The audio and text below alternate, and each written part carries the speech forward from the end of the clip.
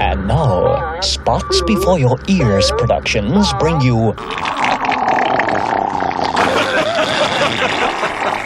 While we've been doing our silly little jokes and sketches, you've been sitting there gasping, "This is the greatest show I've seen in my life." Yes, I summon thee. Speak! Let me see thy face. Complete set of bastards, you! You are Snow White. You are canon Snow White at this point in my imagination. Then I'll be perished in the land.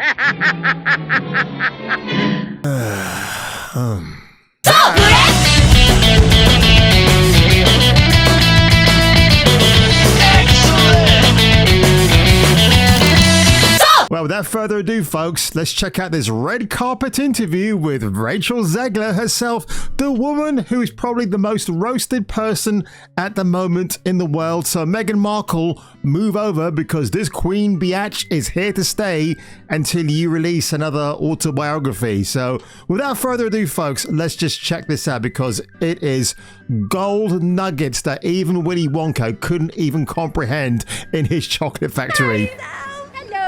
Hello. And like, what was it like out there with everyone watching this first look? Well, hilariously, I do not know what they watched. I did not see it. We were not allowed to watch. Yeah, and funny enough, that's what people are going to be saying next year after they see Snow White. Just remember, it's Snow White without the 7 dwarfs, even though they are actually 7 dwarfs in the film. Because thank you, Peter Dinklage, you got your moment to shine in Game of Thrones, but then you went around a few years later and told the midget community that they can't get jobs as dwarves in acting roles anymore because it's deemed inappropriate. Right, thanks, Pete. We had to stand on our spot backstage. So it sounded like they really liked it, which is really, really exciting. I saw the title card, which looked great. I know that you've told me before that your version of Snow White is different, and it's more of a 2022 version of Snow White. What did you mean by that? I mean, you know... Yes, Rachel, what did you mean by your version of Snow White is the 2022 version? Oh? The original cartoon came out in 1937, and very evidently so. There's a big focus on her love story with a guy who literally stalks her. Yeah. Weird. Super weird. So we didn't do that this time. Well, I gotta tell you, Rachie baby, I sat down tonight and I watched the 1937 classic from Disney. I do believe that is their highest grossing animated film ever. So what I find really disconcerting about her comment, and egregious, I haven't used that word for a long time, when we do see the prince, he shows up because moments before that, Snow White is literally looking down a wishing well and singing about meeting somebody, someone really special that means something to her.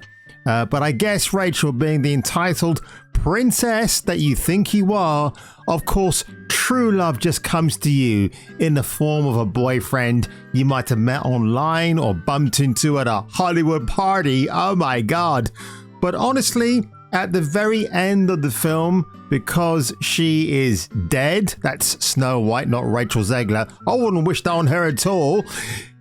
He shows up because he is the true love's first kiss, waiting to wake up the princess once more. And if he's stalking her through the movie, how come then he only gets told about her death when he hears about it through whatever means of communication they had back then?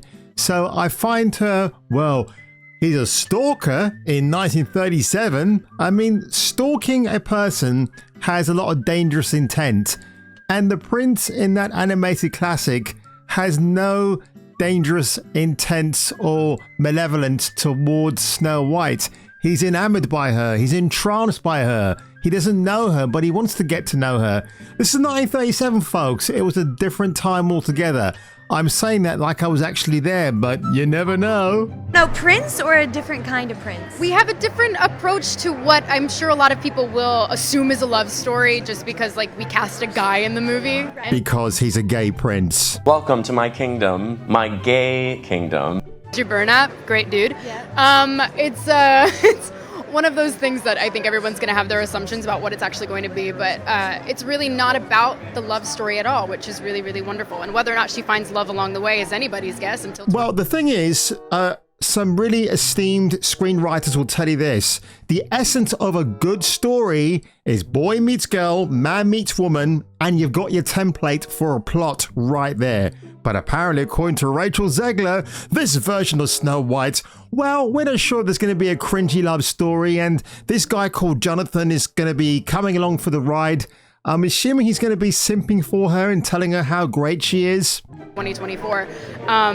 All of Andrew's scenes could get cut. Who knows? It's Hollywood, baby. But it's one of those things. So what she's actually saying is, I hope Andrew's scenes do get cut, baby. It's an inner journey that she goes on to find her true self, and she meets a lot of people along the way that make the journey really incredible. I know I'm almost wrapped, but I quickly have to ask you about the Hunger Games prequel. I am so excited. Oh, Rachel Zegler, let me just find a nice moment where I can pause on her face. Maybe that. Yeah, okay, maybe that. Yeah, let's have that one. A very disinterested pose from Ms. Zegler right there. The same Ms. Zegler who stands for 18 hours a day in an iconic princess dress and demands that she gets paid by the hour when you stream that clip from the entire film in 2024, folks. Stand in solidarity with the Writers Guild of America to get better wages for everyone involved. Thank you so much. I'm going to stand there 18 hours in a dress of an iconic Disney princess. I deserve to be paid for every hour that it is streamed online. The point of this video today is what I saw in the original film and what to expect, or really what not to expect, in the 2024 version, or is it 2022? I don't think this interview actually got her facts straight. I mean, when did this interview take place? 11 months ago, so it was 2022, I guess, yeah. One thing that struck out to me in the original film is how Walt Disney thanks the entire team of animators and writers who brought Snow White to life. They even acknowledge the fact it is adopted from the Grimm fairy tale story.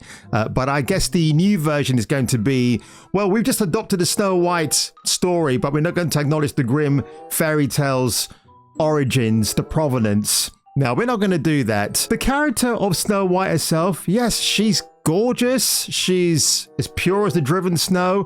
She's very sweet. There's not a malevolent bone in her body. Do you know what I mean? And of course, her wicked stepmom, the Queen. I've got to say, the Queen is a bit of a based character. She's pretty hot. And look, a minute I saw that version of the evil stepmom, the Queen, and Snow White, I thought about Anne Hathaway and Julie Andrews, because in 2001, Gary Marshall, yeah, the man who made Pretty Woman and gave us that memorable scene where Richard Gere, Rogers, Julia Roberts on top of a piano, well, it was going in that direction, folks, was also the director of that movie. You could have made a live action version of Snow White there and then. Julie Andrews as Stir Fox, and you had a young fox in the name of Anne Hathaway. If you look at them together, they could have been Cinderella and the evil stepmom. But now we're getting Gal Gadot, who's playing the evil stepmom. I'm hoping she doesn't wear any makeup, and that's probably going to be her gateway into the I'm good looking, but now I look better as an ugly kind of gal in front of the camera, because since Tom Cruise decided to wear prosthetics and be Les Grossman in Tropic Thunder, and to me that's his best performance ever, and also Colin Farrell in Horrible Bosses, I think maybe Gal's trying to follow that trend of just uglifying herself to win a new legion of fans. When you see the evil stepmom in the original Snow White, she's just awful. I mean, like, even her pet rook is scared of her, and she's kept people in prison for many years and lasted their skeletal remains afterwards. Are we going to see that in a new version? Probably not. They're going to definitely revamp it for a more modern audience, because that's what we need, ladies and gentlemen. Also, the Seven Dwarfs, what I found very quite amusing and adult about them, right? Like, when they do first see Snow White lying in their beds, I mean, make of that what you will. The minute they've discovered she's actually a woman, and they've even heard about who Snow White is, she's a princess, but now she's a scullery maid. Now, I find this part very interesting. Like when they find out she's a woman, they suddenly start simping for her. Much later on in the movie, the songs that they sing are like sea shanties from pirates. They even have that pirate feel to them, to their personas. I mean, they have pirate names, I suppose. Not the butchest names in the dictionary, but you know what? It kind of gets the point across. I mean, something you're not going to see in the new version, the fact that Rachel Zegler Snow White won't cook, clean, do anything for them, even though she's domesticated in that film. I think in this version with Zegler, she's going to be, well, barking a different set of orders, I guess, to the not so dwarven people, except for one. So I'm wondering how she's going to address the diverse dwarves about what their duties are going to be. Are they going to go on a magical merry-go-round? Will it be skipping and hopping down the yellow brick road, even though that's a different film altogether?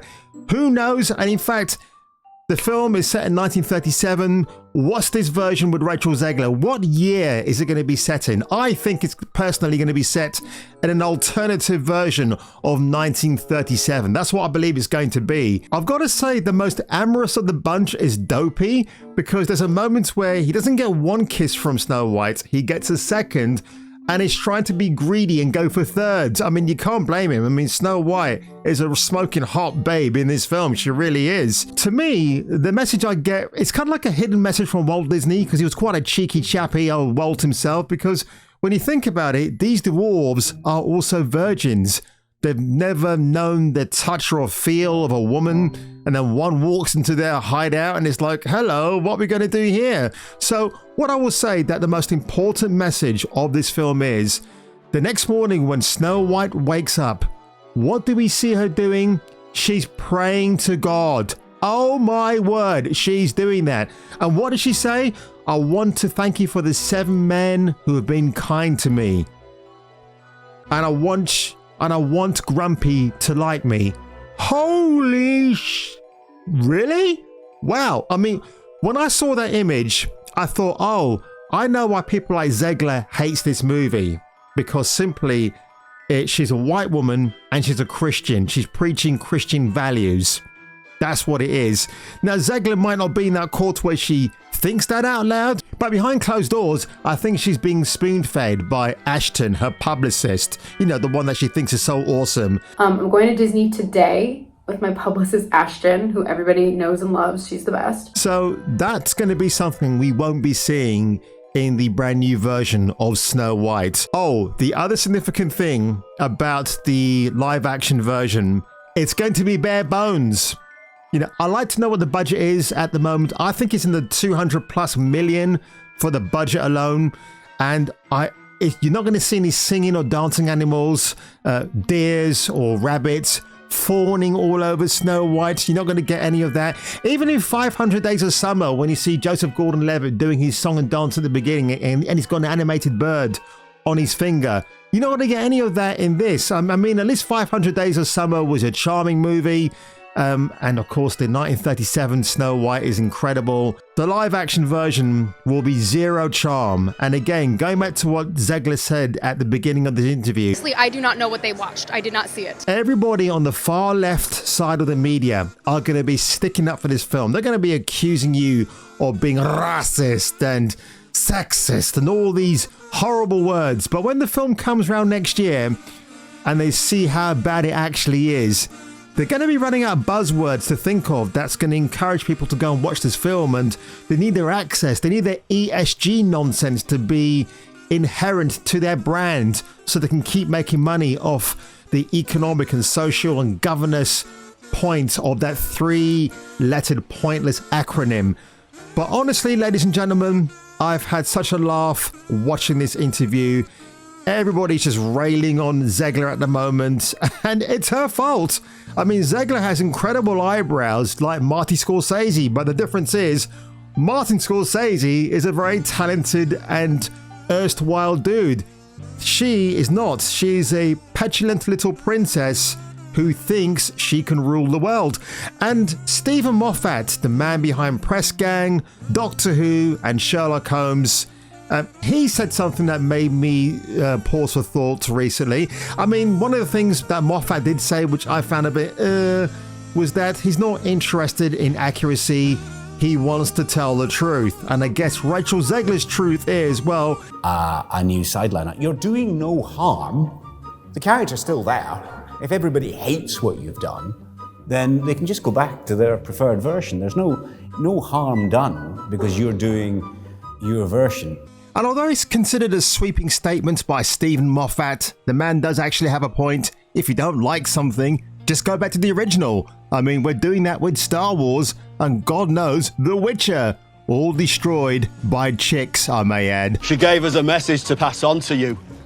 You have to choose the lesser evil. Fuck. Now, according to Rachel Zegler, the reason why this version of Snow White is so important because it needs to appeal to Spanish people of an Hispanic origin. Why?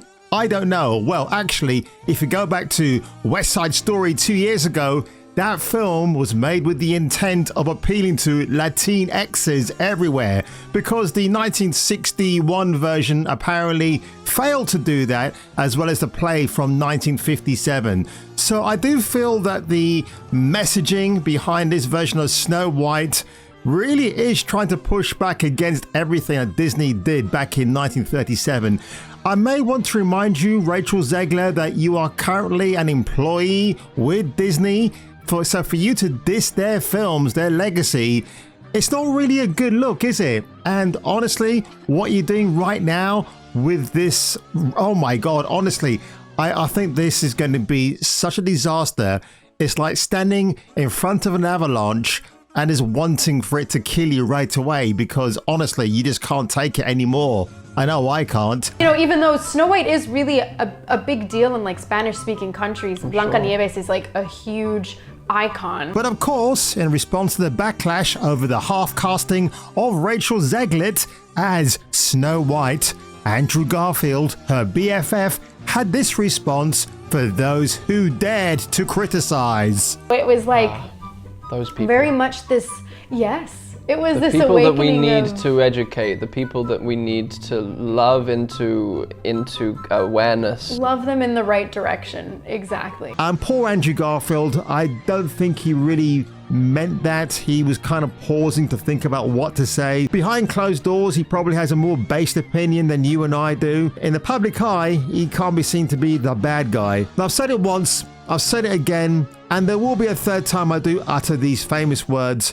But I do not pay money to watch something online or go to the cinema to seeing myself being represented. You know why? Because I'm not interested in that message. I want to pay money for something that entertains me. By all means, if you want to race swap a white character who's established and beloved by many people all over the world, then do it as a spoof. Because the more Disney churns this stuff out of their butthole, the more like parody it becomes. So ladies and gentlemen, if you enjoyed this video today, and I have seen the rolling questions that you've been sending to me in my comment section below each of my videos, and by the way, Black Superwoman, I did not mean to ignore your comment from my AMA video from yesterday. I will address that in a future video. It's because I didn't think you were actually asking me a question. I am such a doofus. Leave a comment below, leave a like, by all means share this video, and if I were you and if you were me, you better come back for the next video. Oh yeah, how are you feeling about it? How are you feeling about the role and about the experience? Oh my gosh, I mean, I never in a million years imagined that that would be a possibility for me, particularly Snow White. In general, you don't normally see Snow Whites that are of Latin descent. Yeah. You know,